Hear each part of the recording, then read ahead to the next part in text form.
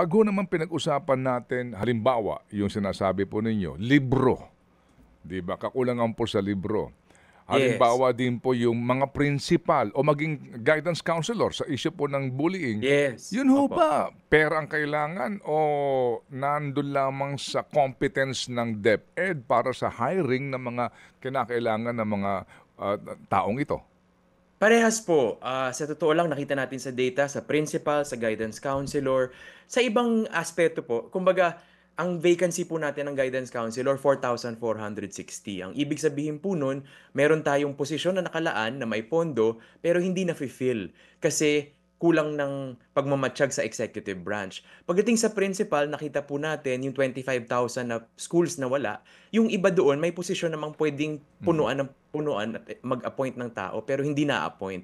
Pero marami ring schools din naman, parehas na sa guidance counselor at pati sa principal, Mhm. na walang posisyon. So kailangan pa rin talaga nating maglaan ng pondo. So parehas po, kailangan nating mas mag-invest sa education kasi kulang pa rin talaga yung investment natin. Tapos Mhm. ikalawa, pag nandiyan na, kailangan talagang siguruhin ng executive branch at talagang gawin nila yung trabaho nila para ma-appoint at magamit yung mga posisyon na ito. Yung pong 25,000 principals po, sir? Mm. Okay. Gaa I mean, eh, practically, gaano kahirap gawin 'yan kung ikaw ang DepEd secretary at, doon mo siyempre sa mga district kasi 'yan ano, district Division superintendents, po, 'di opo. ba? Opo. Division level yung Divi appointments, eh. So, okey. kailangan talaga susubaybayan mo bawat division. We have 200 plus. So, ang kailangan dito, bawat division talagang sinisiguro niya Mhm. na na-appoint yung mga principal. Pero napakalawak po ng sakop ng mga division. Sa Batanes po, 27 schools lang. So, kayang-kaya. Sa Misamis Oriental, 1,275 schools. So, Mhm. kung isa kang division superintendent, tapos kailangan mong siguruhin na yung 1,275 may principal na naka-appoint, siguro sa pag-i-interview pa lang ubos na yung oras mo at hindi mo siya matatapos talaga lahat. So kailangan po siguro natin talagang aralin yung sistema natin kung paano tayo nag-i-implement kasi nagre-result po siya ng mga kakulangan sa school na nagiging balakid sa pag-aaral ng mga bata. So yun nga po, kasi itong mga problemang ito, nanganganak po ng problema na eventually nga, ang Sigurado. nagiging bunga nito ay yung pong resulta ng edukasyon mismo nung bata 'no, sa eskuwelahan.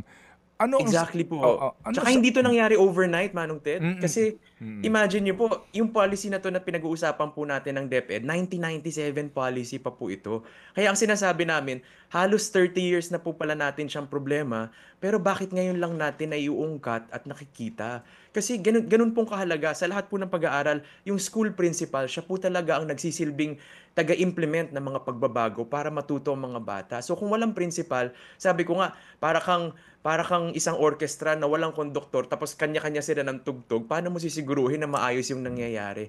Walang gano'n. So, kailangan talaga nating seryosohin ito.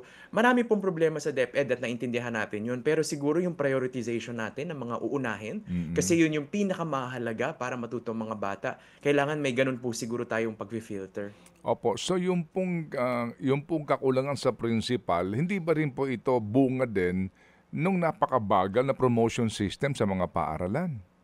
Well, naging issue po 'yan sa mga teachers 'no, kung nabalitaan po natin, lumabas din po sa EDCOM report, base sa mga ilang pag-aaral na nakita natin na ang principal pala 15 ay ang mga teachers po, 15 years bago ma-promote. Mula teacher 1 o salary grade 11 hanggang teacher 3 o salary grade 13. Isipin po ninyo, 3,000 lang yung diferensya ng sweldo, pero bago mo makamit yon 15 years. At Mm. napakarami pong requirements noon. Kailangan nagkaroon ka na ng masters, kailangan nag-publish ka ng article, kailangan may innovation ka na natanggap sa lahat ng iba't ibang lugar sa community ninyo. So napakahirap po ng promotions at talagang naging isang mahirap na balakid po 'yan kaya yung mga teachers natin either nade-demotivate or lumilipat sa ibang bansa, nagko-cause ng migration. Pero sa ikalawang linggo po ni Secretary Angara sa DepEd, pinirmahan na niya yung implementing rules and regulations at simula sa taon na ito, i-implement na po yung bagong Career Progression Act na executive order para mapabilis ang promotion. Tapos sa Kongreso naman po, naipasa na sa House of Representatives yung bagong batas para ma-institutionalize ito. Para siguradong hindi na maghihintay ng 15 years para ma-promote yung mga teachers.